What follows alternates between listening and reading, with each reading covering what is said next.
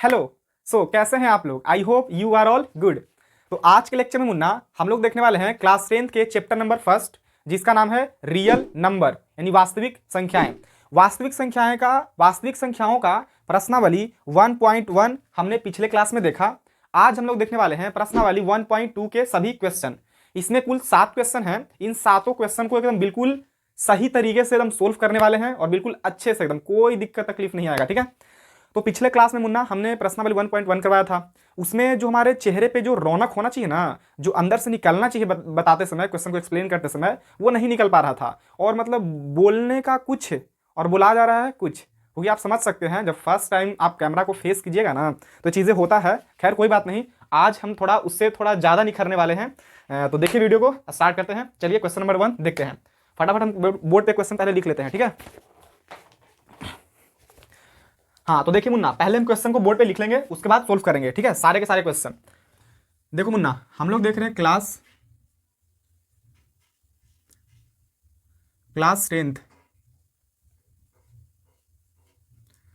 10th के chapter number first, जिसका नाम है रियल नंबर।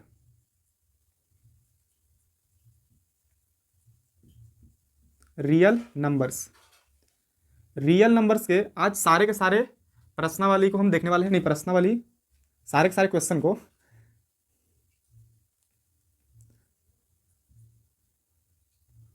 प्रश्नावली 1.2, ठीक है। चलिए तो देखो मुन्ना, क्वेश्चन हम लिख रहे हैं फर्स्ट, क्वेश्चन नंबर फर्स्ट।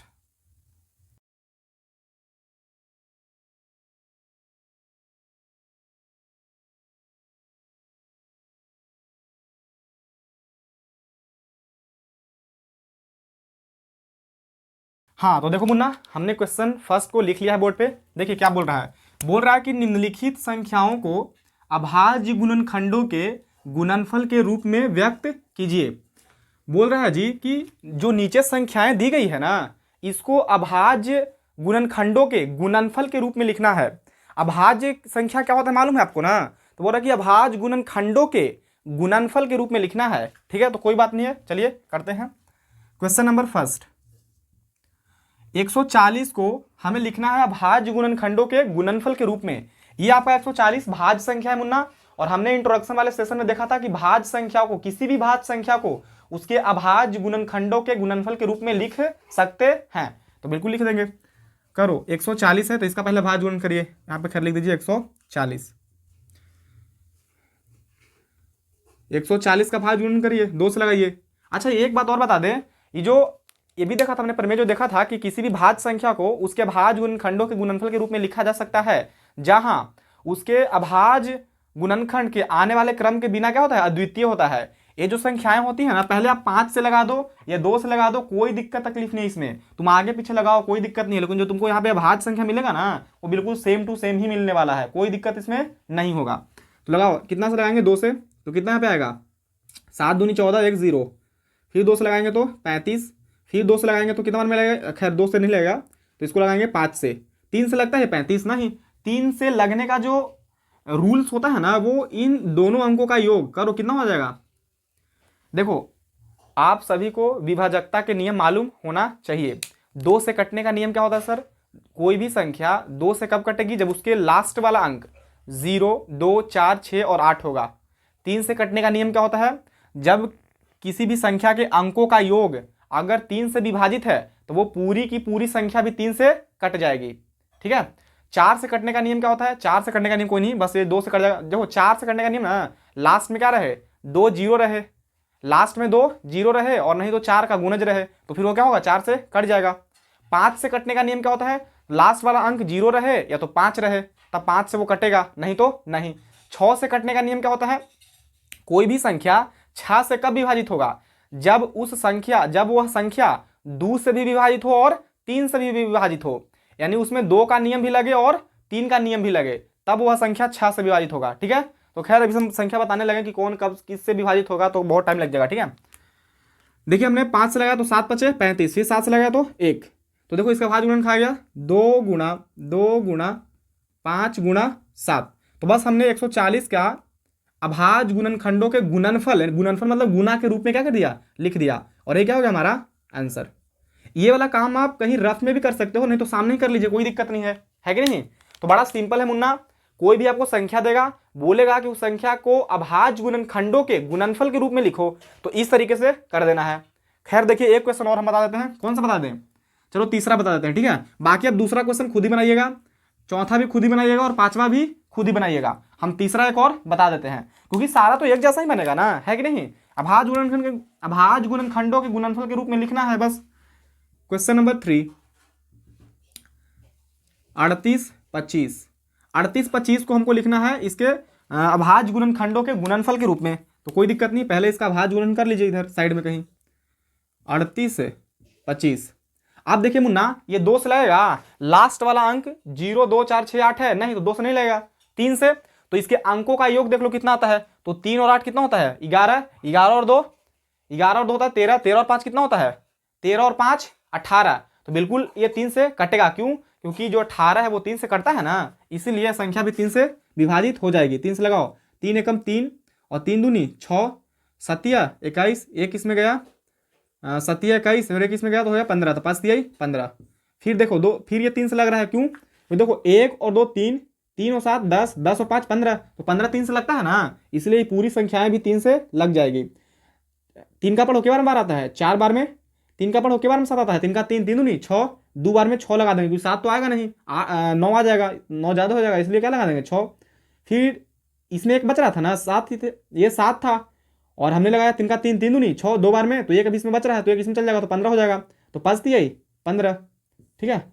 फिर देखो ये 2 से लग रहा है, 4 और 2 6, 6 और 5 कितना होता है, 6 और 5 11, तो 11 आता है 3 का टेबल में, नहीं, इसका मतलब ये संख्या भी 3 से नहीं विभाजित होगा।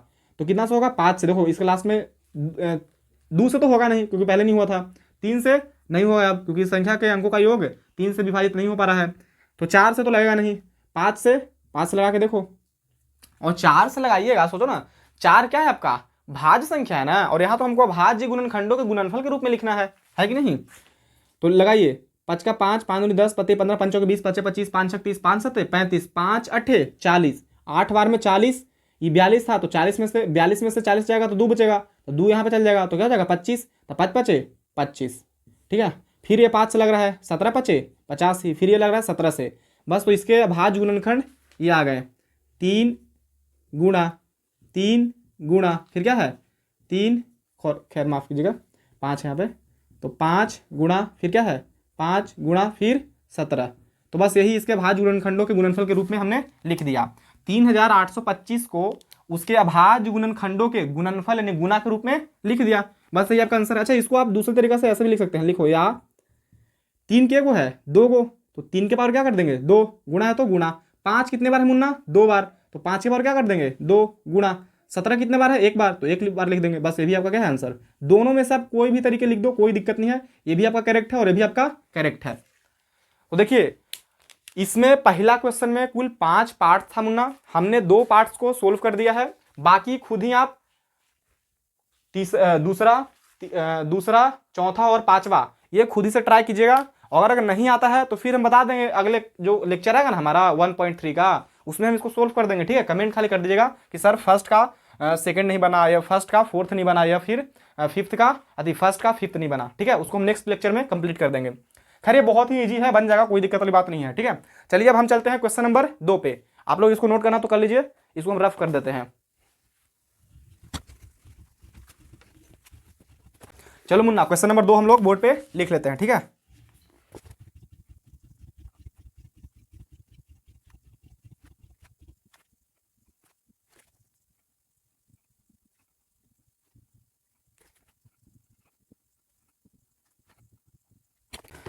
तो चलो मुन्ना हमने क्वेश्चन नंबर 2 को बोर्ड पे लिख लिया है। आइए देखिए क्या कह रहा है क्वेश्चन। बोल रहा है क्वेश्चन नंबर 2 कि पूर्णांकों के निम्नलिखित युग्मों के, मतलब पूर्णांकों के युग्म दिया गया है, निम्नलिखित मतलब नीचे देखो दिया गया कि नहीं दिया है पूर्णांकों का युग्म। देखो ये पूर्णांक संख्या है और इसका युग्म मतलब जोड़ा है कि नहीं। युग्म मतलब होता है जोड़ा यानी पेयर, तो देखो पेयर में दिया है ना, पूर्णांक संख्याओं का क्या है युग्म है यानी पेयर है यानी जोड़ा है। तो बोल रहा है कि पूर्णांकों के निम्नलिखित युग्मों के HCF और LCM ज्ञात कीजिए। यानी जो आपको संख्याएं दी गई है ना दो दो करके, इनका HCF और LCM ज्ञात करना है। फिर आगे क्या कर रहा है, तथा इसकी जांच कीजिए कि दो संख्याओं का गुणनफल बराबर HCF गुना LCM है। देखिए मुन्ना, पहले तो हमको क्या करना है, हमको पहले दो संख्याओं का HCF और LCM फाइंड करना है। उसके बाद यानी आफ्टर दैट हमें उन दोनों संख्याओं के गुणनफल बराबर HCF गुना LCM होता है, यह भी प्रूफ करना है। तो आइए करते हैं। उससे पहले आपको एक चीज़ हम लिखवा दें, एक फॉर्मूला होता है ये वाला, ये खैर मालूम होगा आप लोगों को, हमको इंट्रोडक्शन में लिखवाना चाहिए था लेकिन हम नहीं लिखवाएं। ये होता है कि दो संख्याओं का गुणनफल, दो संख्याओं का गुणनफल, दो संख्याओं का गुणनफल बराबर होता है किसके, LCM गुणा HCF के। दो संख्याओं का गुणनफल बराबर होता है LCM गुना HCF। इसको आप ऐसे भी लिख सकते हैं, इसको आप या करके ऐसे भी लिख सकते हैं कि पहली संख्या गुणा दूसरी संख्या बराबर क्या होता है, LCM गुणा HCF, LCM गुणा HCF। तो इसको आप लोग कहीं नोट कर लीजिएगा, जिस वाले कॉपीज में आप फॉर्मूला लिखते होंगे ना उस कॉपीज में इसको क्या कर लीजिएगा, नोट कर लीजिएगा, ठीक है। कि दो संख्याओं का गुणनफल बराबर HCF गुना LCM। अब दो संख्याओं का गुणनफल कह लो या तो फिर ऐसे कह लो कि पहली संख्या गुने दूसरी संख्या, क्योंकि दो संख्याओं का गुणनफल नहीं है बराबर में क्या होता है LCM गुना HCF। या आप इसको ऐसे भी कर सकते हो कि HCF गुना LCM, कोई दिक्कत तकलीफ नहीं होना चाहिए इसमें। चलो तो सबसे पहले मुन्ना हमको इन दोनों संख्याओं का LCM और HCF फाइंड करना है, तो आइए करते हैं। तो LCM और HCF फाइंड करने के लिए हमें इसमें जो हम मेथड यूज करने वाले हैं वो है अभाज्य गुणनखंड विधि, क्योंकि प्रश्नावली 2.4 में जितने भी LCM और HCF फाइंड करना है ना हमें, वो अभाज्य गुणनखंड विधि से ही करना है। तो चलिए आइए करते हैं। सबसे पहले 26, तो यहाँ पे पहले 26 का गुणनखंड कर लीजिए, अभाज्य गुणनखंड। फिर आपका क्या जी 91, तो 91 का कर लीजिए। चलिए इसका अभाज्य गुणनखंड करते हैं। 2 से लगेगा 13 बार में, 2 से लगेगा, माफ़ कीजिएगा 2 से नहीं लगेगा ये 13। अब ये 13 किसी से नहीं लगता, क्यों, क्योंकि अभाज्य संख्या है, इसलिए 13 से ही लगेगा और एक बार में आ जाएगा। फिर देखिए यहाँ पे ये 2 से तो लगेगा नहीं, क्योंकि इसके लास्ट में 1 है।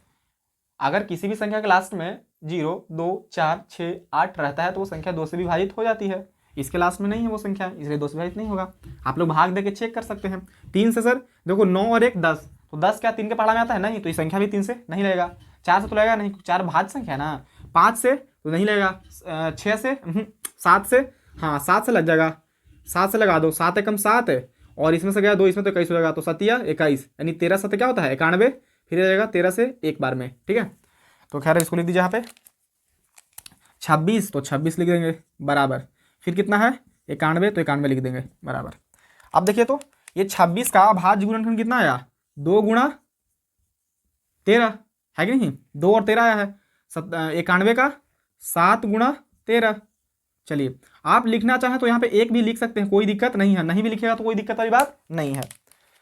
अब देखो मुन्ना, HCF अगर फाइंड करना है ना, HCF हमको HCF और LCM ज्ञात करना था नहीं दोनों संख्याओं का, तो लिखो HCF बराबर, HCF में ना जो दोनों में कॉमन हो, जो दोनों में उभयनिष्ठ हो, यानी इस वाले संख्या में भी और इस वाले संख्या में भी। तो देखो 13 इसमें भी है और 13 इसमें भी है, यानी 13 दोनों में है ना, दोनों में 13 आ रहा है मुन्ना, यानी दोनों में 13 कॉमन है, इसलिए आपका 1 हो गया 13। और कोई ऐसी संख्या जो दोनों में कॉमन हो, हाँ 1 है, तो 1 मिला, मतलब 1 को लो या ना लो कोई दिक्कत नहीं है, क्योंकि 13 में 1 से गुना करेंगे तो 13 ही मिलेगा ना। जो दोनों में कॉमन होता है ना वही क्या होता है आपका HCF, तो 13 यहाँ पे हो जाएगा HCF, यानी HCF बराबर आ गया 13। दूसरा हमें क्या निकालना था LCM, तो LCM क्या होता है, यानी लीस्ट कॉमन मल्टीपल, यानी लसापा इसको बोलते हैं हिंदी में, लघुत्तम समापवर्त्य, ठीक है। ये क्या होता है सर, तो देखो इसमें जो मिला ना वो तो लिखेंगे ही, 13 मिला तो ये तो लिखेंगे ही, साथ में जो बच गया ना उस सबको लिख लेंगे, 7 भी बच गया तो इसको भी लिख लेंगे, 1 लिखना तो लिखो नहीं तो कोई दिक्कत नहीं है। अब देखो 13 दूनी 26, और 26 में क्या करना है 7 से गुणा करना है, 26 में 7 से गुणा कर दीजिए, 6 7 42 के 2 हासिल 4, 7 दूनी 14, 14 4 कितना होता है 18, तो 18 लिख दें, कितना आ गया 182, यानी हमारा जो LCM है वो आ गया 182 और जो हमारा HCF है वो कितना आ गया 13। तो हमें बोला था कि LCM और HCF ज्ञात कीजिए, हमने कर लिया। फिर हमें यह भी बोला था कि आप LCM और HCF ज्ञात कीजिए और फिर ये जांच कीजिए कि इन दोनों संख्याओं का जो गुणनफल है ना वो बराबर है किसके, एलसीएम गुना एचसीएफ के, तो इसकी जांच भी करना है। तो यहां पे हम लिखेंगे कि जांच, यहां पे हम लोग लिख देंगे मुन्ना जांच, जांच, ठीक है। अब देखिए करिए, पहली संख्या क्या था आपका, चलो फॉर्मूला भी लिख दीजिए कि पहली संख्या, या फिर आप वो भी लिख सकते हैं कि दो संख्याओं का गुणनफल बराबर, तो दोनों में से कोई लिख दीजिए, ठीक है, कोई दिक्कत नहीं है। तो लिख देते हैं कि दोनों संख्याओं का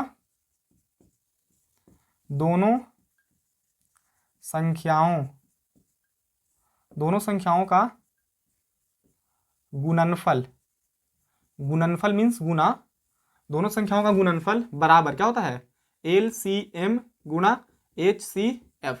आप इसको पहले लिख लो, इसको बाद में लिख लो, बात क्या है, बराबर। अब दोनों संख्या कौन कौन सा था इसमें, एक था 26, तो 26 लिखेंगे। फिर बोला था कि गुणनफल मतलब गुणा किसी देंगे ना, फिर क्या है 91, तो 91 लिखेंगे, बराबर। फिर क्या था एलसीएम, तो एलसीएम कितना है मुन्ना 182, गुणा एचसीएफ कितना है 13, तो यहाँ पे 13 लिख देंगे, ठीक है। अब गुणा कर दीजिए, तो 26 में 91 से गुना करना है, यानी 91 में 26 से गुना करना है, 6 और 9 छके 54, 2 18, 6 6 8 5 13 के 8 5 13 के 3 हासिल 1 2, यानी आ गया हमारा 2366 बराबर। इधर 82 में 13 से गुना करना है, यानी 182 में 13 से गुना करना है। तो देखो 13 3 दूनी 6 8 3 24 के 4 हासिल 2 3 2 5 2 8 1 6 6 8 5 13 के 3 हासिल 8 5 13 के 3 हासिल 1 1 और 1 2, तो इधर भी कितना आ गया, इधर भी आ गया आपका 2366। तो देखिए दोनों तरफ बराबर हो गया कि नहीं हो गया, तो ये क्या हो गया हमारा आंसर। समझ में आया कि नहीं मुन्ना, जल्दी से बताओ फटाफट। अगर समझ में आ रहा है तो कमेंट जरूर करना कि सर बिल्कुल समझ में आ रहा है, और नहीं आ रहा होगा तो ये भी कर देना, ठीक है, क्योंकि नेक्स्ट टाइम से हम अपने आप को थोड़ा और निखारेंगे मुन्ना, है कि नहीं। क्योंकि हम ये नहीं कर रहे हैं कि हम पूरा परफेक्ट है, अभी बहुत सारी कमियां हमारे अंदर भी है, तो वो आपके कमेंट्स से क्या करेंगे, हम उसको दूर करेंगे। जो भी आपको कमियां दिख रहा है ना इसमें, या हमारे बोलने के तरीके में, या फिर जो बता रहे हैं उसमें, या फिर हमारे स्पीड में, अगर कोई भी चीज़ में मुन्ना अगर दिक्कत तकलीफ आती है तो उसको कमेंट करके जरूर बता देना, ठीक है, क्योंकि उस कमेंट को देख के ना उन चीज़ों को हम दूर करेंगे, ठीक है। देखिए हमें बोल रहा था मुन्ना क्वेश्चन नंबर 2 क्या बोल रहा था कि दो संख्या दिया गया है, उसका एलसीएम और एचसीएफ निकालो, तो हमने निकाला एलसीएम और एचसीएफ, देखो अभाज्य गुणनखंड विधि द्वारा एचसीएफ निकाला और एलसीएम निकाला। फिर बोल रहा था कि उन दोनों संख्याओं का जो गुणनफल होता है ना वो एचसीएफ गुना एलसीएम है, ये भी सत्यापित कर दो। तो हमने भी कर दिया कि दो संख्याओं का गुणनफल बराबर एलसीएम गुना एचसीएफ। दोनों संख्या कौन था 26 और 91, तो हमने 26 और 91 लिखा, बराबर के बराबर लिखा। एलसीएम कितना आया था 182, तो 182 लिखा, गुणा था तो गुणा। एचसीएफ कितना आया था मुन्ना 13, तो 13 लिखा। अब 26 में 91 से गुना किया तो कितना आया 2366, बराबर के बराबर। 182 में 13 से गुना किया तो कितना आया 2366, यानी दोनों तरफ बराबर है कि नहीं बराबर है, यानी हमारा एलसीएम और एचसीएफ बिल्कुल क्या है जी करेक्ट निकला है, तभी तो आंसर दोनों तरफ बराबर आया। अगर आप एलसीएम और एलसीएम एचसीएफ और एलसीएम यदि आप गलत निकाल देते हैं तो यहां पे चीजें इक्वल नहीं हो पाएगा, ठीक है, तो ये भी एक पहचान है सही के। खैर चलिए क्वेश्चन नंबर देखते हैं 2, दूसरा इसको यहां पे बना लेते हैं क्वेश्चन नंबर 2 को, ठीक है। यहां पे संख्याएं हैं 510 और दूसरा है हमारा 92, ठीक है। सबसे पहले क्या बोल रहा था मुन्ना कि एलसीएम और एचसीएफ याद कीजिए, चलिए करते हैं आराम से। ये अभाज्य गुणनखंड विधि है, ठीक है, तो 2 से लगाइए, कितना मिलेगा 2 दूनी 4, एक इसमें जाएगा तो हो जाएगा 11, तो 5 दूनी 10, एक इसमें जाएगा तो 5 दूनी 10। फिर देखिए अब दूसरा लगेगा, ये बिल्कुल नहीं लगेगा क्योंकि लास्ट में क्या है 5 आ गया है, तो कितना से लगेगा 5 2 7 7 5 12, 3 से लग जाएगा बिल्कुल, देख लो 8 तिहाई 24 के 4, 8 तिहाई 24, एक इसमें गया तो हो जाएगा 15, 5 तिहाई 15, फिर आ जाएगा 5 से 17 5 85, फिर ये लग जाएगा 17 से एक बार में, ठीक है। नेक्स्ट देखिए दूस लगाइए, इसको कितना में जाएगा दूस लगाइएगा तो 46 दूना 92, देखो दूस लगाओ तो 2 का 2 4 6 2 6 8, 4 बार में 9 में से 8 जाएगा तो एक बचेगा ना, तो एक यहाँ पे चल जाएगा तो 12 हो जाएगा, और 2 का पढ़ेंगे तो 12 क्या बार में आएगा 6 बार में, है कि नहीं। आप लोग भाग भी देके देख सकते हैं, ऐसे आप लोग भाग देके देख लीजिए 92 में 2 से, तो 4 दूनी 8 घट के आएगा, एक ऊपर से करेंगे 2, 6 दूनी 12, 12 में से 12 गए तो कटकुट, तो आया कि नहीं 46, ये लिखे 46, है कि नहीं। फिर देखिए दूसरा लगाओ, इसको कितना लगेगा 23 दूनी 46, फिर 23 से लगाओ क्योंकि 23 तो अभाज्य संख्या है ना, तो ये 23 ही लगेगा, आ जाएगा 1। अब लिखो इसको 510 बराबर, यहाँ पे क्या था 92 बराबर। अब देखो मुन्ना इसका अभाज्य गुणनखंड कितना है, अभाज्य गुणनखंड देखो तो 510 का 2 गुणा 3 गुणा 5 गुणा 17। 92 का भाजगुणन क्या है? 2 गुणा 23। आप एक को लिख भी सकते मुन्ना, नहीं भी कोई दिक्कत वाली बात नहीं है। तो देखो हमको ज्ञात करना था HCF, तो HCF बराबर HCF ना मुन्ना जो दोनों में कॉमन हो, देखो तो जो दोनों में आ रहा हो, दोनों में उभयनिष्ठ हो, कॉमन मीन्स उभयनिष्ठ, तो 2 आ रहा था। और कुछ है देखो तो इसमें 23 है, इसमें 23 नहीं है, इसमें 3 है, इसमें 3 नहीं है, इसमें 2 है, इसमें 2 नहीं है, मिल रहा है 5 है, इसमें 5 नहीं है, तो खैर एक ही मिल रहा था 2, तो हमारा HCF हो जाएगा 2।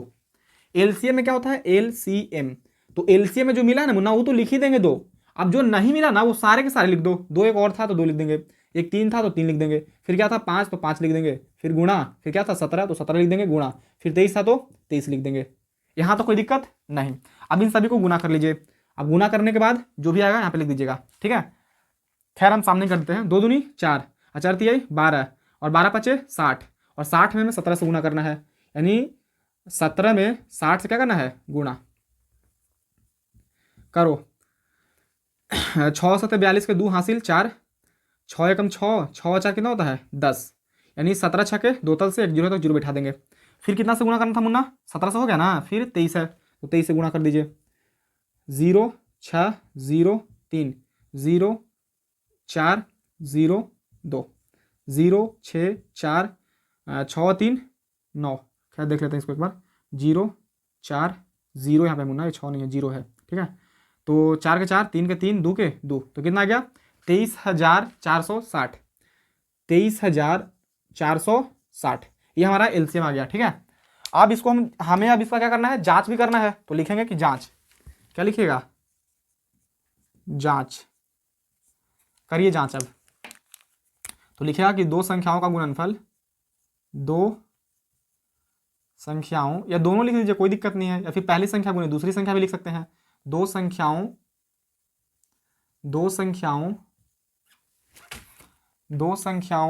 का गुणनफल बराबर LCM गुणा HCF। बिठा दीजिए इस पे। दो संख्या कौन कौन सा था?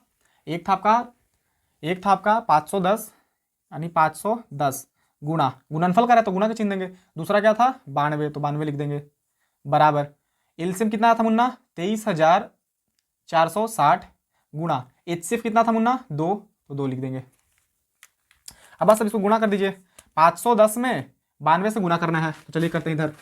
510 में 92 से गुणा करना है, तो 0 2 10, यहाँ पे करिए 0 9 45, 0 2 9 6 4, इधर आ गया 46,920, 46,920 इज इक्वल टू, इधर कर लो, देखो 2346 में 2 से गुना करना है कि नहीं?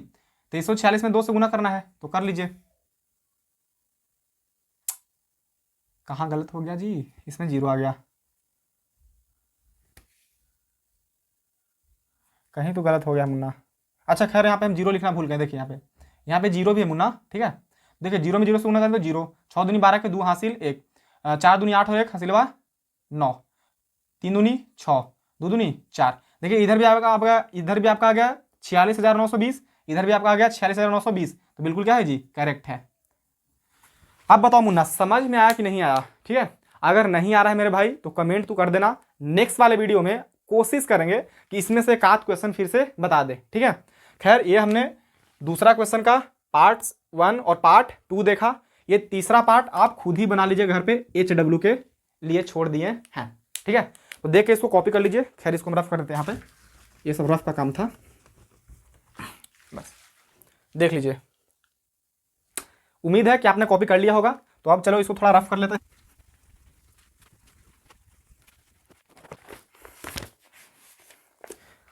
तो चलिए क्वेश्चन नंबर तीसरा लिख लेते हैं मुन्ना बोर्ड पे।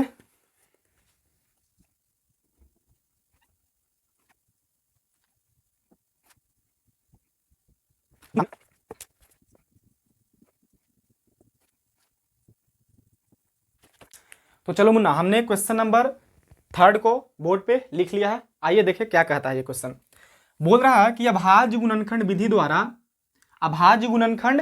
द्वारा जो अभी हमने पीछे यूज नहीं किया था भाज्य गुणनखंड विधि द्वारा, एलसीएम और एचसीएफ निकाला था, फिर उसकी जांच किया था, वही बोल रहा है कि भाज्य गुणनखंड विधि द्वारा निम्नलिखित पूर्णांकों के एचसीएफ और एलसीएम ज्ञात कीजिए। अभी तो हमने पीछे वाले वीडियो में किया है काम, है कि नहीं। अब भाज्य गुणनखंड विधि द्वारा ये जो 3 संख्याएं दिया गया है ना, इनका क्या करना है, एचसीएफ और एलसीएम फाइंड करना है। तो आइए, बड़ा आसान क्वेश्चन है मुन्ना, इसको कर लेते हैं। देखिए पहला क्वेश्चन है, पहला 12, 15 और 21 का अभाज्य गुणनखंड विधि द्वारा एलसीएम और एचसीएफ ज्ञात करना है। तो करिए, लिखिए, यहाँ पे हल लिख दीजिएगा। बहुत ही आसान है मुन्ना, बहुत ही आसान है ये। अभाज्य गुणनखंड विधि द्वारा एलसीएम और एचसीएफ ज्ञात करना क्लास 6, 7th में ही लोग सीख जाते हैं, है कि नहीं। आप लोग भी खैर सीखे होंगे। देखिए 2 से लगाइए, 6 दूनी 12, 2 से लगाइएगा तो 3 बार में, फिर 3 से लगाइएगा तो 1 बार में।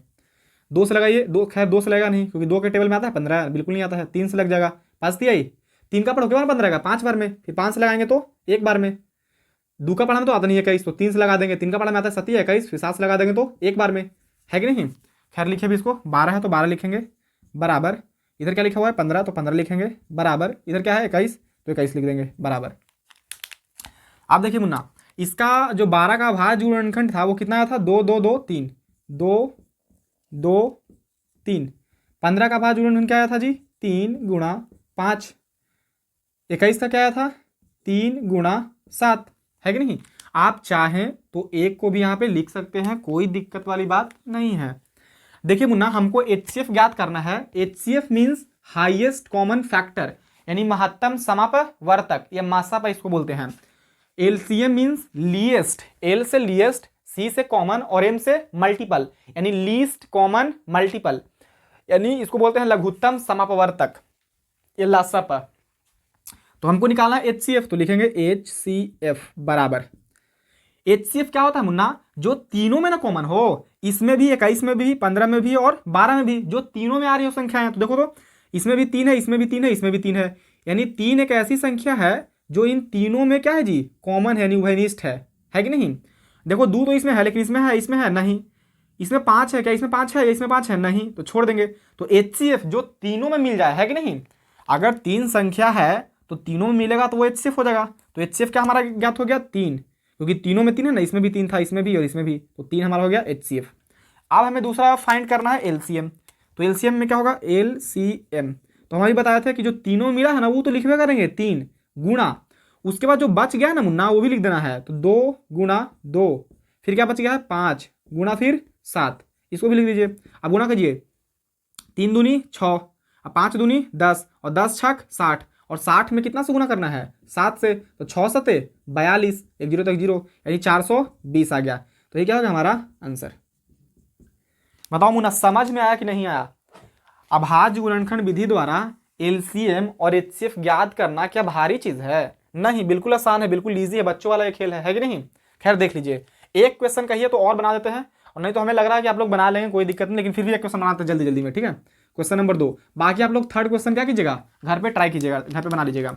देखिए, एक है 17, फिर क्या है 23, फिर क्या है 29, 17, 23 और 29। इसका क्या ज्ञात करना है मुन्ना, एचसीएफ और एलसीएम, यानी हाईएस्ट कॉमन फैक्टर और लीस्ट कॉमन मल्टीपल। सबसे पहले देखो तो ये 1 से लगेगा, अति 2 से लगेगा, नहीं लगेगा, तो कितना से लगेगा, ये 17 से, क्योंकि अभाज्य संख्या है। तो अभाज्य संख्या केवल 1 से लगता है और अपने आप से, और किसी से नहीं। अभी इंट्रोडक्शन वाले हम सेशन में बताए थे, है कि नहीं। एक बार में लग जाएगा, बस छोड़ दीजिए। ये 23 भी अभाज्य संख्या, तो ये भी कितना से लगेगा, 23 से ही लगेगा, एक बार में। 29 भी अभाज्य संख्या, तो 29 भी किस लगेगा, 29 से कितना बार में, एक बार में। आ समझ में। और ऐसी कोई संख्या नहीं है मुन्ना जो इस 29 को काट दे, बस 1 और 29 दो ही संख्या है जो इस 29 को काट सकता है, तो इसलिए इसको बोलते हैं अभाज्य संख्या, ठीक है। तो करो 17 तो 17 लिखेंगे बराबर, इधर क्या है 23 तो 23 लिखेंगे बराबर, इधर क्या है 29 तो 29 लिख देंगे। अब इसका भाज्य गुणनखंड कितना है जी, 17 गुणा 1 आप लिख दीजिए, अगर नहीं कुछ है तो। फिर क्या है इसमें 23 गुणा 1, यहाँ पे क्या है 29 गुणा 1। अब देखो तो मुन्ना, हमको एचसीएफ ज्ञात करना है। एचसीएफ मतलब जो दोनों में कॉमन हो, एचसीएफ। तो देखो तीनों में कॉमन आना चाहिए। देखो इसमें 1 है, इसमें भी 1 है, इसमें भी 1 है, यानी 1 तो कॉमन आ गया। और कोई चीज़ है मुन्ना इसमें जो तीनों में कॉमन हो, यानी इसमें भी आ रहा हो, इसमें भी और इसमें भी, बिल्कुल नहीं है, नहीं ना। तो इसलिए एचसीएफ क्या हो जाएगा हमारा 1। अब हमें क्या फाइंड करना है, एलसीएम। तो एलसीएम क्या होता है, तो जो मिल रहा है ना उसको तो लिखेंगे ही, एलसीएम। तो क्या मिल रहा है 1, तो 1 तो लिखो, और ये क्या है 17 गुना फिर क्या है 23 फिर क्या है 29। ठीक है, अब इनको गुना कर लीजिए और जो गुना करके आएगा मुन्ना यहाँ पे वही क्या हो जाएगा आपका आंसर। आप इसको गुना करके जो आएगा यहाँ पे वही क्या हो जाएगा आपका एलसीएम हो जाएगा। तो बस हमें आप लोग से उम्मीद है कि इसको गुना कर लीजिएगा और यहाँ पे लिख लीजिएगा। ठीक है, तो हमें बोल रहा था क्वेश्चन मुन्ना कि अभाज्य गुणनखंड विधि द्वारा दी गई संख्याओं का एचसीएफ और एलसीएम ज्ञात कीजिए। तो हमने कर दिया है ज्ञात 2 का, एक आप खुद कर लीजिएगा, एक आपके लिए। ठीक है, ज्यादा बड़ा हम हैं तो हम 2 करेंगे, आप छोटा है इसलिए आप 1 कर लीजिए। ठीक है, चलिए आप क्वेश्चन नंबर देखते हैं मुन्ना हम लोग 4। तो 4 हम लोग बोर्ड पे लिख लेते हैं, इसको थोड़ा रफ कर लेते हैं। अच्छा कॉपी कर लीजिए आप लोग। चलिए चलो तो देखते हैं मुन्ना क्वेश्चन नंबर 4 क्या कह रहा है।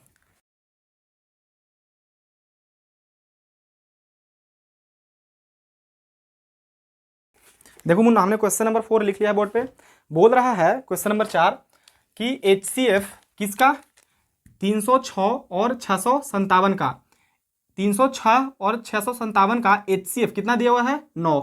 तो बोल रहा है कि 306 और 657 का एलसीएम ज्ञात कीजिए। देखो मुन्ना 2 संख्याएं दी हुई है और साथ में हमें क्या दिया हुआ है एचसीएफ दिया हुआ है 9 इन दोनों संख्याओं का।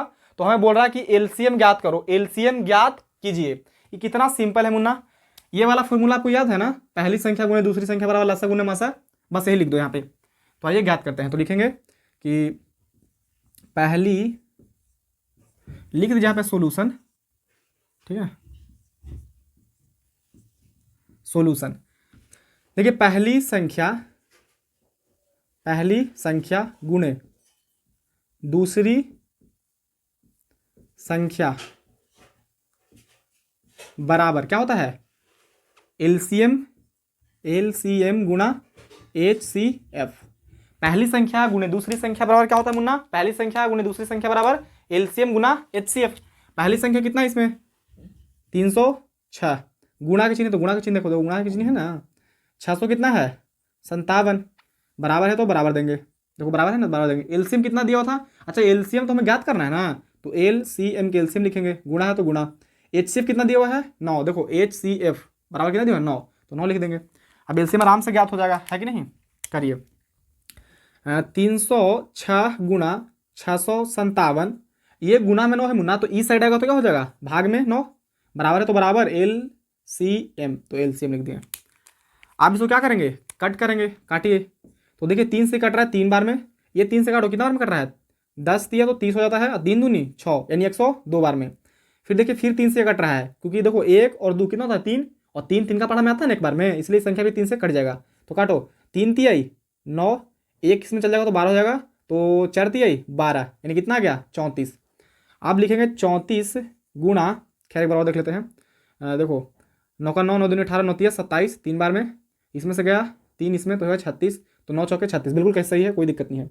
657 बराबर एलसीएम। आप इसको बस गुणा कर दो मुन्ना, गुणा कर दो आंसर आ जाएगा। अरे यार ये लाइन बहुत ही क्या है जी तंग करके रख दिया यार, समझो तुम लोग। खैर कोई दिक्कत नहीं, लाइन आने दो उसके बाद हम बताते हैं क्वेश्चन। तो मुन्ना तो देखो वापस से लाइट आ गया है, और लाइट ज़्यादा तो थोड़ा सा गुस्सा तो आता है, लेकिन खुशी इस बात की होती है कि लाइट चला गया है ना लेकिन फिर से वापस आएगा, इस बात की थोड़ी सी खुशी होती है और गुस्सा कंट्रोल हो जाता है। ठीक है, तो चलिए आइए जहाँ पे हमने छोड़ा था क्वेश्चन को वहाँ से आगे हल करते हैं। देखो मुन्ना एलसीएम ज्ञात करना था तो हमने यहाँ तक कार्य कर लिया था, अब इसको क्या करना है यहाँ से गुना करना है ना, तो चलो कर देते हैं। 500 657 में मुन्ना गुना करना कितना से 34 से, करो 28 के 8 हासिल 2, 20 और 2 22 के 2 हासिल 2, 24 और 2 26, 24 और 2 6 24 और हासिल 2 था 26 हो जाएगा ना, 21 के 1 हासिल 2, 15 2 17 के 7 हासिल 1, 6 18 18 और क्या हो जाएगा 19, करो 8 3 12 और 1 13 के 3 हासिल 1, 9 2 11 1 12 के 2 हासिल 1, 1 और 1 हासिल 2, यानी कितना आ गया मुन्ना 22,338 बराबर क्या हो गया एलसीएम, यानी एलसीएम बराबर कितना आ गया 22,338। और यही हमको क्या करना था ज्ञात करना था मुन्ना। कोई दिक्कत तकलीफ यहाँ तक, कोई दिक्कत तकलीफ बिल्कुल नहीं होना चाहिए मुन्ना, यही आपका क्या है आपका राइट आंसर है। इसको रफ कर देते हैं और जल्दी से आप लोग कॉपी कर लीजिए, फिर देखते हैं क्वेश्चन नंबर 5 है। कॉपी आप लोग कर लिए होंगे, तो चलिए देखते हैं क्वेश्चन नंबर 5 को।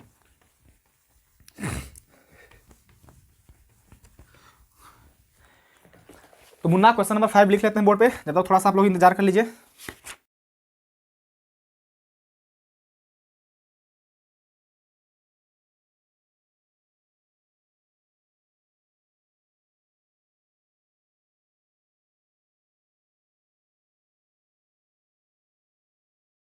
देखो मुन्ना क्वेश्चन 5 हमने बोर्ड पे लिख लिया है, आइए देखते हैं क्वेश्चन नंबर 5 को।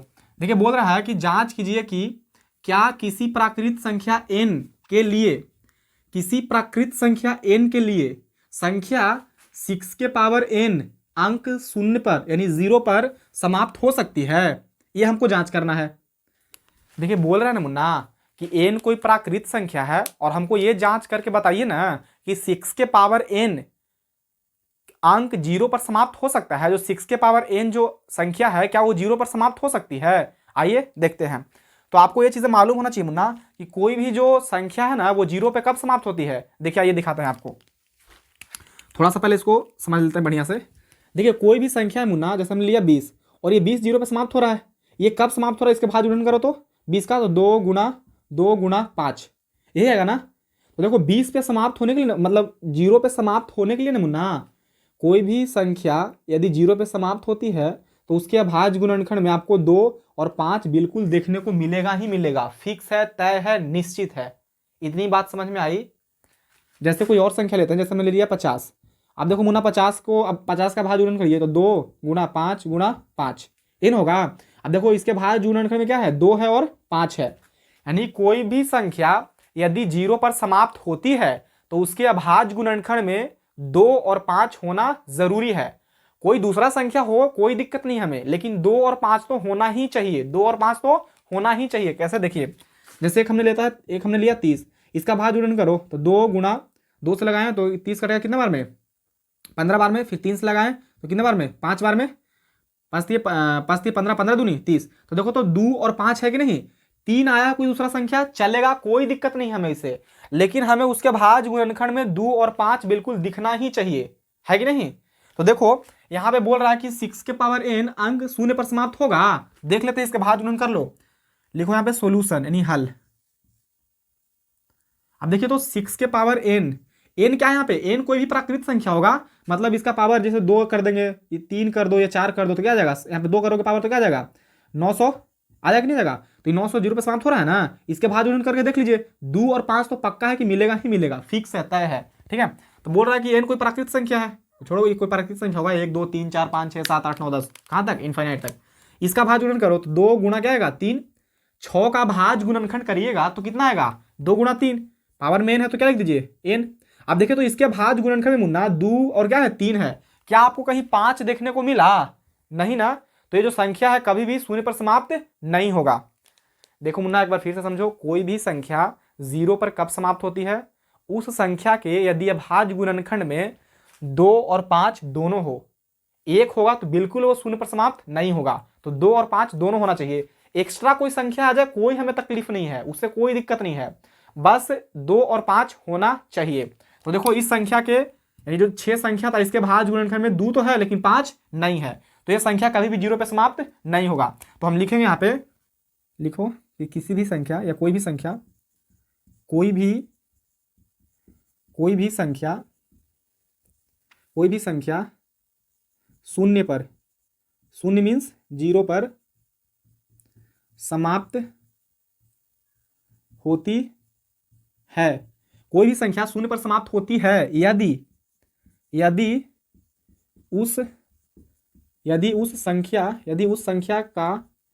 उस संख्या का अभाज्य, यदि उस संख्या के अभाज्य गुणनखंड, यदि उस संख्या के अभाज्य गुणनखंड में 2 व 5 दोनों हो, चूंकि 6 के पावर n, चूंकि संख्या 6 के पावर n के अभाज्य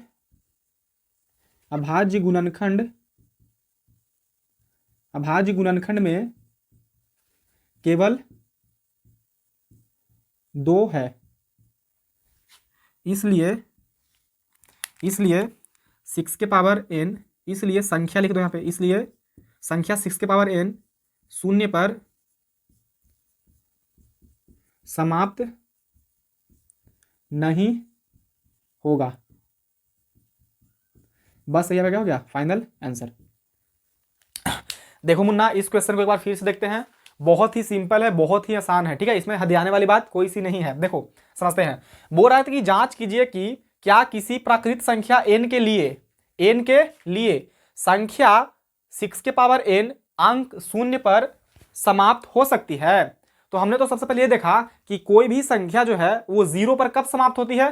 तो हमने देखा कि कोई भी जो संख्या है ना वो जीरो पर समाप्त होती है कब, जब उसके भाज्य गुणनखंड में 2 और 5 दोनों होते हैं, 2 और 5 दोनों होते हैं। तो हमने देखा कि जो 6 के पावर n जो संख्या है, n यहाँ पे क्या है, कोई भी प्राकृत संख्या हो सकता है, 1 2 3 4 5 6 7 8 9 कुछ भी।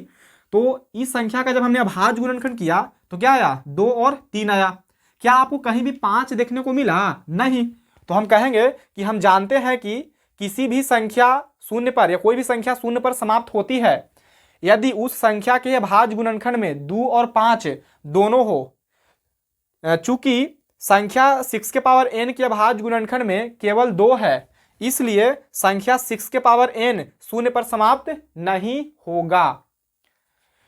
यह संख्या 0 पर समाप्त नहीं होगा क्योंकि इस संख्या के अभाज्य गुणनखंड में 2 और 3 है, और 0 पर समाप्त होने के लिए मुन्ना उस संख्या के अभाज्य गुणनखंड में 2 और 5 का होना अनिवार्य है, जो कि 5 इसमें नहीं है। तो वही चीज़ यहाँ पे लिखे हैं कि हम जानते हैं कि किसी भी संख्या यदि, चूंकि हम जानते हैं कि कोई भी संख्या यदि शून्य पर समाप्त होती है तो उसके अभाज्य गुणनखंड में 2 और 5 होना अनिवार्य है, जो कि दी गई संख्या में 5 नहीं है, इसलिए दी गई संख्याएं शून्य पर समाप्त नहीं होगी। बस इतना तो लिख देना है मुन्ना, बस हो गया आंसर।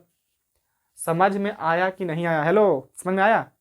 चलो आ गया होगा, और नहीं आया तो कमेंट करना, बाद में बता देंगे मेरी जान, ठीक है, इसके लिए कोई दिक्कत वाली बात नहीं है। चलो इसको कॉपी कर लो फटाफट।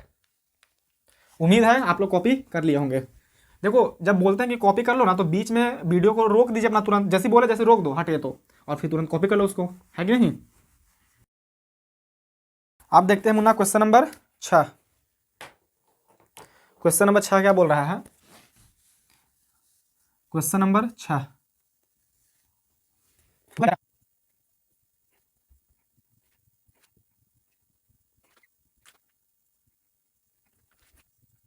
देखो मुन्ना ये क्वेश्चन बोल रहा है कि व्याख्या कीजिए कि इतना इतना और इतना इतना भाज्य संख्याएं क्यों है। अब हमें ये बताना है, यानी हमको ये व्याख्या करना है कि जो दी गई जो दो संख्याएं हैं ना, ये दोनों, ये भाज्य संख्या क्यों है। तो सबसे पहले आपको मालूम होना चाहिए कि भाज्य संख्याएं होती क्या है, यानी कंपोजिट नंबर्स होता क्या है। तो हम सबसे पहले आपको इंट्रोडक्शन वाला क्लास करवाया था इसका, यानी चैप्टर नंबर 1 यानी रियल नंबर्स का सबसे पहले हम आपको इंट्रोडक्शन वाला क्लास करवाएं। इंट्रोडक्शन वाले क्लास में जितनी भी संख्याएं थी उसके बारे में हमने बताया था आपको, यूक्लिड विभाजन एल्गोरिथम क्या होता है, या यूक्लिड विभाजन प्रमेय क्या होता है, या फंडामेंटल थ्योरम ऑफ अर्थमेटिक यानी अंकगणित के आधारभूत प्रमेय होता क्या है। हमने बताया था आपको डेसिमल एक्सपेंशन यानी दशमलव प्रसार क्या होता है, और हमने आपको ये भी बताया था कि भाज्य अभाज्य की संख्याएं क्या होती है, परिमेय क्या होता है, परिमेय क्या होता है कि नहीं। तो सारे चीज़ों हम पहले, मतलब ये सारी चीज़ें हम पहले ही बता चुके हैं। तो आप जाइए और पहले इंट्रोडक्शन वाला क्लास कर लीजिए, क्योंकि बहुत सारा चीज़ें आपको वहाँ पर, बहुत सारी चीज़ें वहाँ से आपको सीखने को मिलेगा, ठीक है। तो आइए देखते हैं इस क्वेश्चन को। अब बोला कि इतना इतना और इतना इतना भाज्य संख्या क्यों है, तो इसको सबसे पहले लिखेंगे हल, लिखेगा हल। सबसे पहले मुन्ना इस संख्या को लिखो 7 गुणा 11 गुणा 13 प्लस का 13, ठीक है। आप देखो तो इसमें आप देख पा रहे होंगे कि यहाँ से यहाँ तक गुणा में है ना, यहाँ पे ये प्लस का चिन्ह है कि नहीं, और ये 13 है। तो देखो यहाँ से यहाँ तक में 13 एक है और इधर भी 13 है, यानी 13 कॉमन ले लो। 13 हमने क्या ले लिया, कॉमन। तो इधर क्या बच जाएगा 7 गुणा, इधर क्या बच जाएगा 11, 13 तो हमने कॉमन ले लिया था ना, प्लस है तो प्लस। इधर क्या बचा 13, जब हमने कॉमन ले लिया तो यहाँ पे क्या बचा, कुछ नहीं तो 1 बचेगा। क्या बचेगा जी, 1। वो देखिए कॉमन लेने का मतलब होता है ना मुन्ना कि हमने 13 कॉमन लिया ना, तो हम इस 13 में भाग कर रहे हैं 13 से, तो 13 में 13 से भाग करो, 13 है कम 13, तो 1 बचा ना, इसलिए यहाँ पे 1 लिखे। समझ में आया कि नहीं आया? देखो फिर से जो संख्या था उस संख्या को हमने लिखा, हमने देखा कि यहाँ से यहाँ तक पूरा गुणा में है, और यहाँ इसमें भी 13 है और इसमें भी 13 है कि नहीं, बीच में प्लस का सिंबल दिया हुआ है। तो इस 13 को हमने कॉमन ले लिया, तो 7 के 7 बचेगा, गुणा गुणा के गुणा, 11 के 11, गुणा के गुणा तो नहीं लिखेगा, देखो गुणा के गुणा लिख सकते हो, यहाँ पे 13 कॉमन ले तो क्या बचेगा 1, तो 1 लिखो या ना लिखो कोई दिक्कत नहीं है, प्लस का प्लस। यहाँ से जब हमने 13 कॉमन ले लिया तो क्या बचेगा, यहाँ पे कुछ नहीं तो 1 बचेगा। 1 क्यों बचता है उसके पीछे हमने लॉजिक दे दिया आपको। अब लिखिए 13 तो 13 लिखिए, इंटू 11 सत्ते 77 प्लस का 1, ऐसे घेर दीजिए। तो 13 गुणे 77 और 1 कितना हो जाएगा 78, हो जाएगा कि नहीं हो जाएगा। अब देखो इसको, इस 78 को तोड़ो तुम, तो 13 गुणा 78 का भाज गुणनफल करो, 78 2 से लगाओ, 3 दूनी 6, 1 इसमें गया तो क्या हो जाएगा 18, तो 9 दूनी 18 करो इसको फिर से देखो एक बार, 3 दूनी 6, ठीक है, 1 इसमें गया तो हो गया 18, 9 दूनी 18 सही है।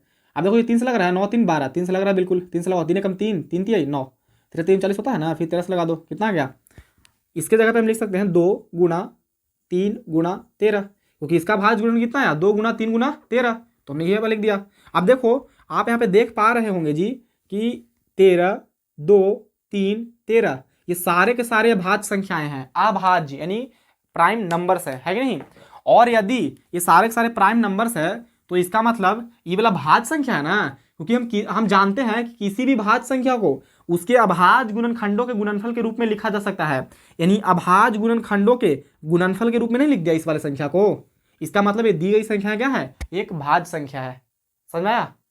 देखो फिर एक और था, तो एक और को लिखो यहाँ पे, 7 गुणा 6 गुणा 5 गुणा 4 गुणा 3 गुणा 2 गुणा 1 प्लस का 5।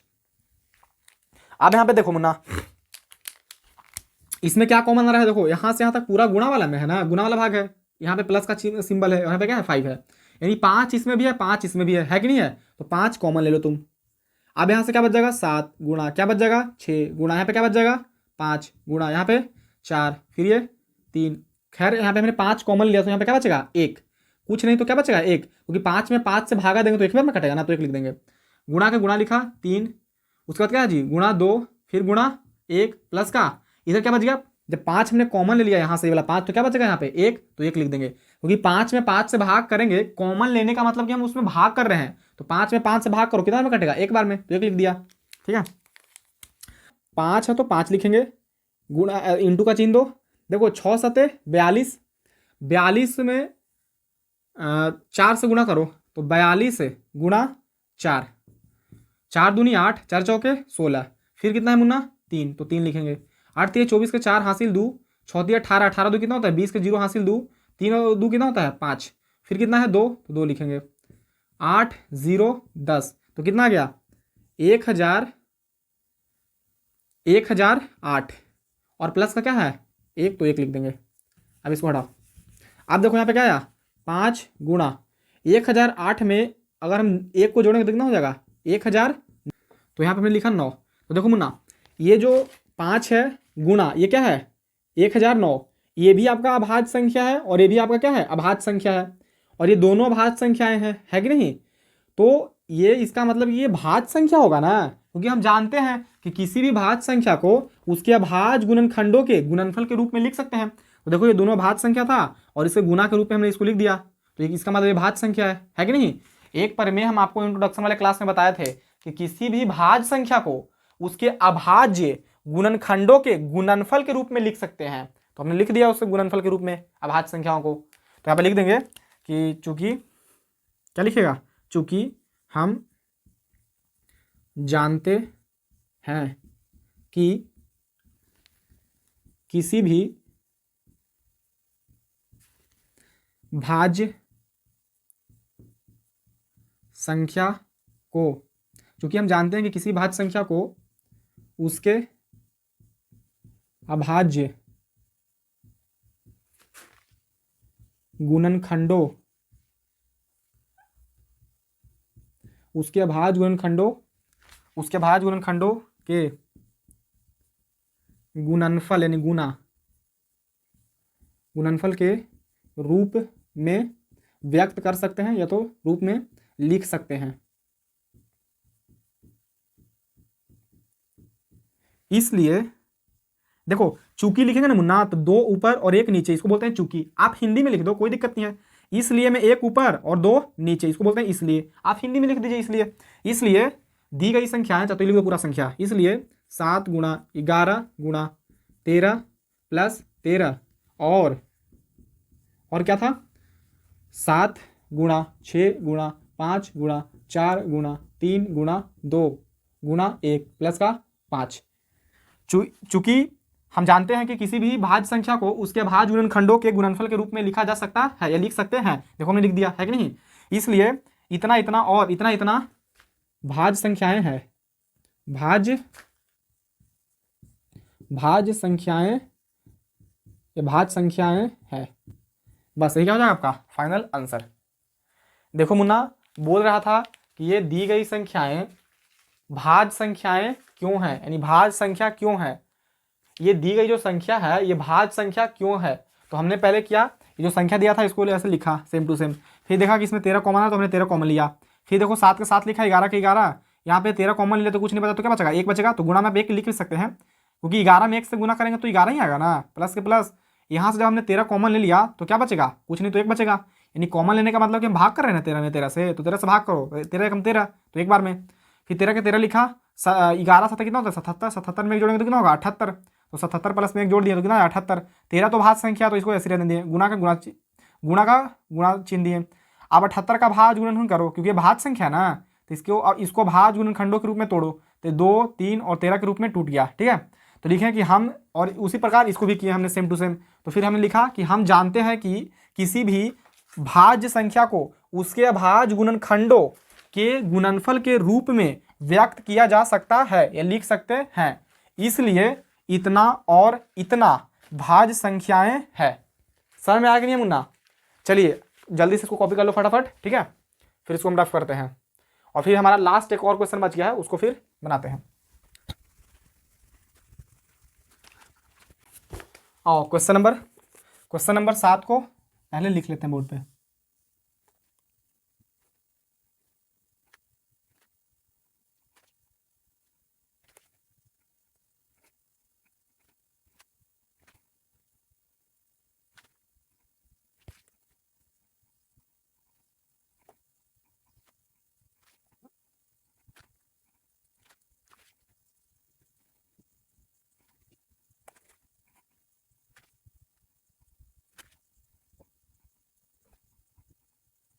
हाँ तो देखिए इधर क्वेश्चन नंबर 7 हमने बोर्ड पे लिख लिया है।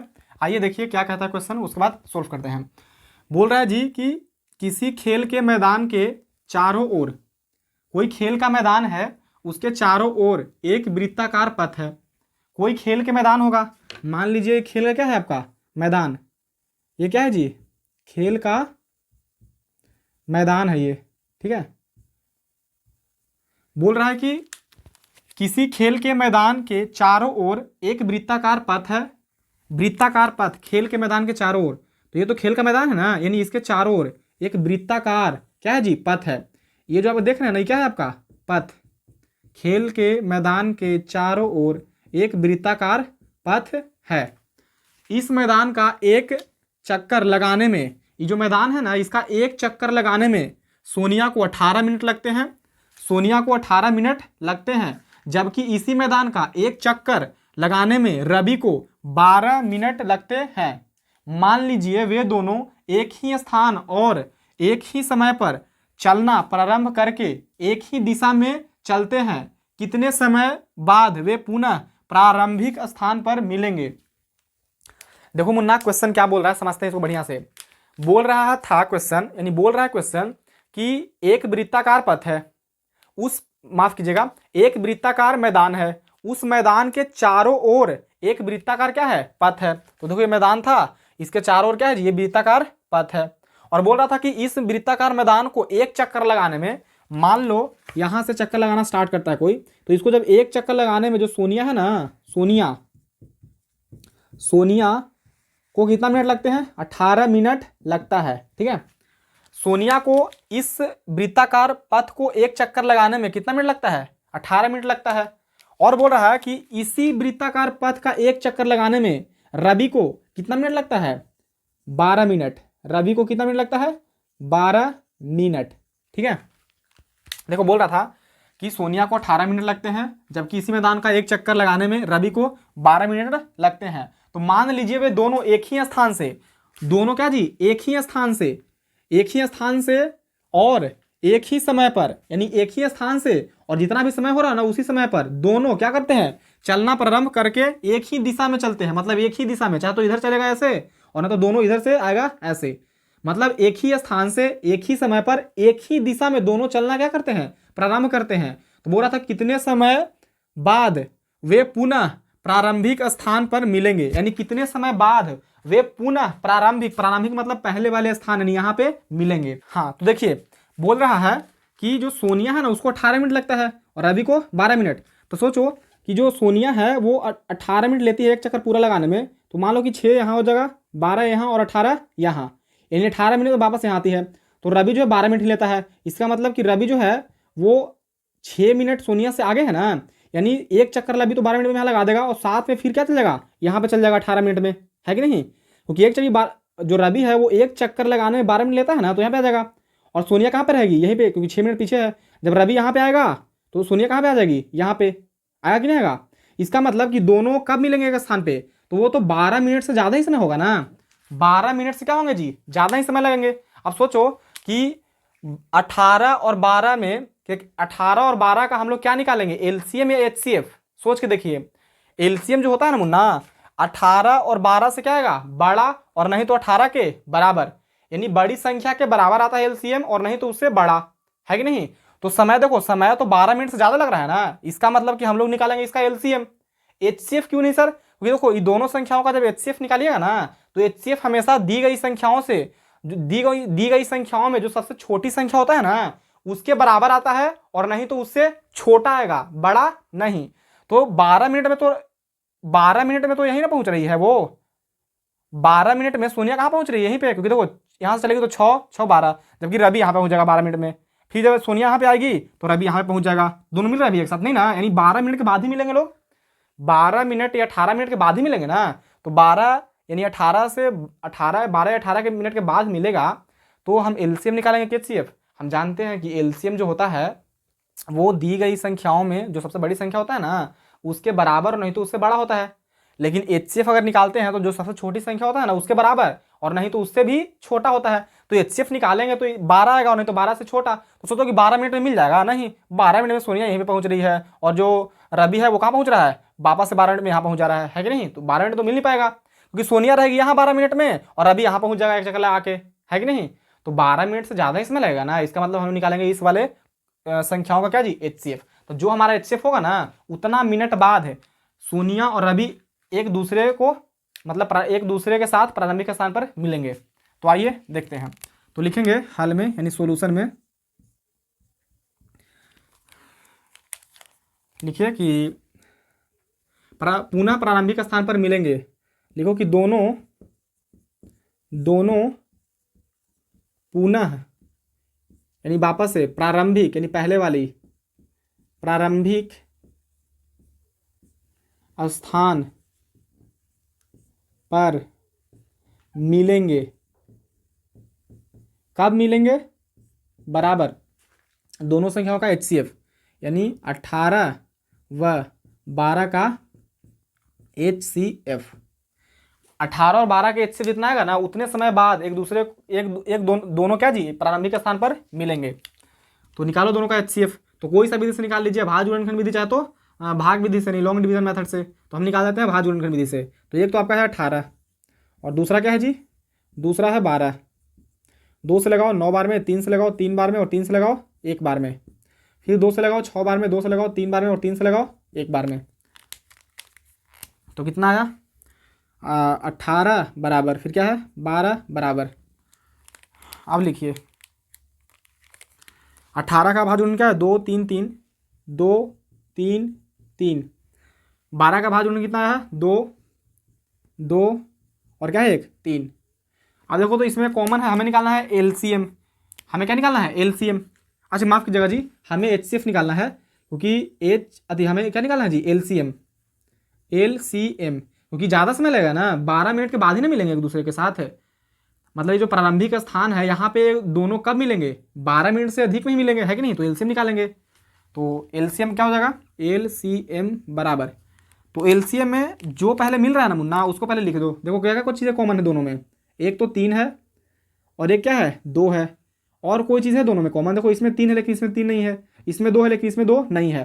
तो देखो 2 मिला तो 2 लिखेंगे, गुणा एक 3 मिला तो 3 लिखेंगे। अब क्या बच गया है 2, तो 2 भी लिख देंगे, और क्या बच गया है 3, तो 3 भी लिख देंगे। अब करो 3 दूनी 6, 6 दूनी 12 और 12 तिया 36, 12 का 12 12 24 बढ़ती है 36, तो 36 लिख देंगे। यानी 36 मिनट बाद वे लोग क्या करेंगे, पुनः प्रारंभिक स्थान पर मिलेंगे। तो ही फिर वापस लिखना तो लिख देना, तो हम ऊपर तो लिख ही देते कि पुनः प्रारंभिक स्थान पर मिलेंगे बराबर इतना इतना का एलसीएम, तो जो एलसीएम है उतना मिनट बाद ये लोग मिल जाएगा। तो ये क्या हो जाएगा फाइनल आंसर। और नहीं तो वापस से फिर नीचे आप लिख सकते हैं कि 36 मिनट बाद सोनिया और रवि प्रारंभिक स्थान पर पुनः मिलेंगे, बात खत्म। तो बताओ मुन्ना कि ये वीडियो कैसा लगा आप लोगों को। अगर वीडियो अच्छा लग रहा है तो आप लोग कमेंट करके जरूर बताइएगा, और अगर नहीं भी अच्छा लगा तो वो भी कमेंट करके बताइएगा कि सर ये चीज़ें कमी है, ये चीज़ों को दूर कीजिए, ठीक है। तो नेक्स्ट वीडियो में हम उसको क्या करेंगे, इंप्रूव करेंगे।